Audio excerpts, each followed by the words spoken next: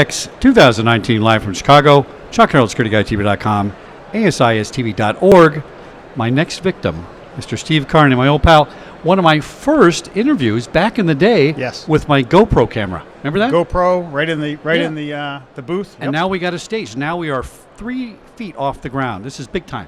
It is big time. Big time. You're looking good, my friend. Thank you. You too. What's going on? The other day I was talking to somebody, and this is absolutely true. Every time I talk about an access control system, I say, well, you take your hit card, and you take your hit card, and people say the HID card as synonymous with an access control card. It's kind of like saying Dutch cleanser for scouring powder, sure. Right?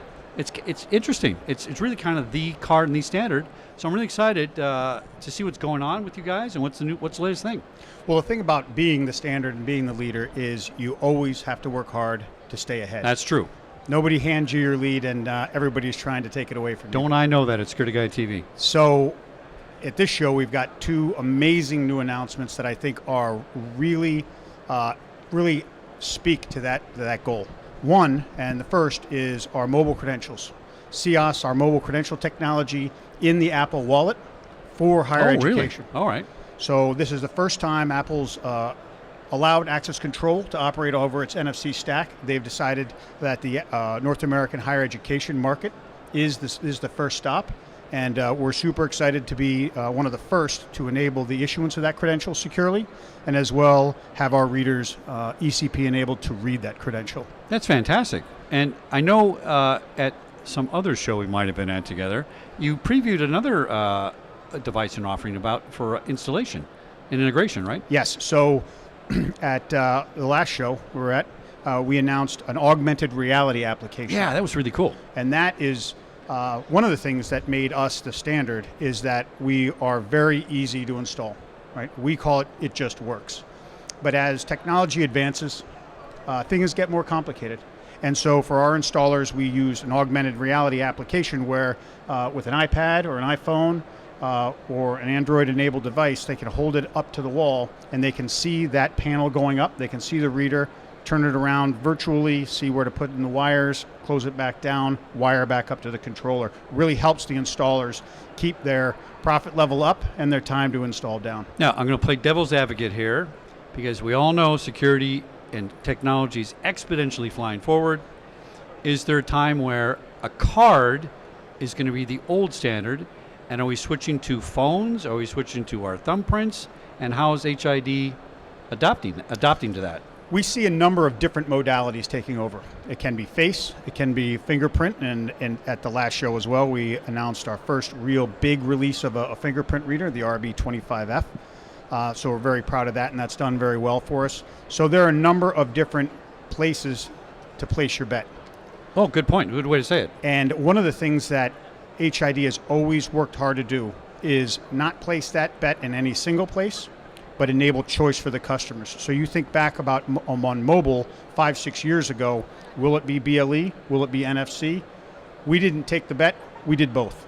And so now our customers who have been installing our readers for a number of years, millions and millions of them, are enabled on both sides. BLE has its advantages, longer range.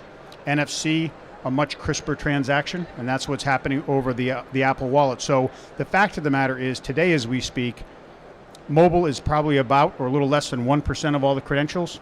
But less than 1%, really? Yes. Wow. Right. All right. But having been on the ground floor of that and invested very heavily in our cloud platform, HID Origo, that's enabled us to be there when it takes off. And we know this application in the higher education is the launch pad. This is where it'll take off. So we think mobile is on its way, and we know that when the time comes and we move beyond higher education, it'll hit the broader market, and that will be the inflection point.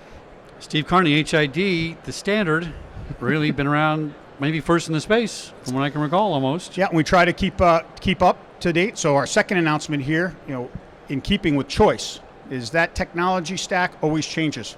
BLE and NFC today, now ultra-wideband tomorrow, UWB. And so just a few weeks ago, we announced as founding members of the FIRA consortium, fine ranging, with Samsung, with Bosch, Sony, NXP.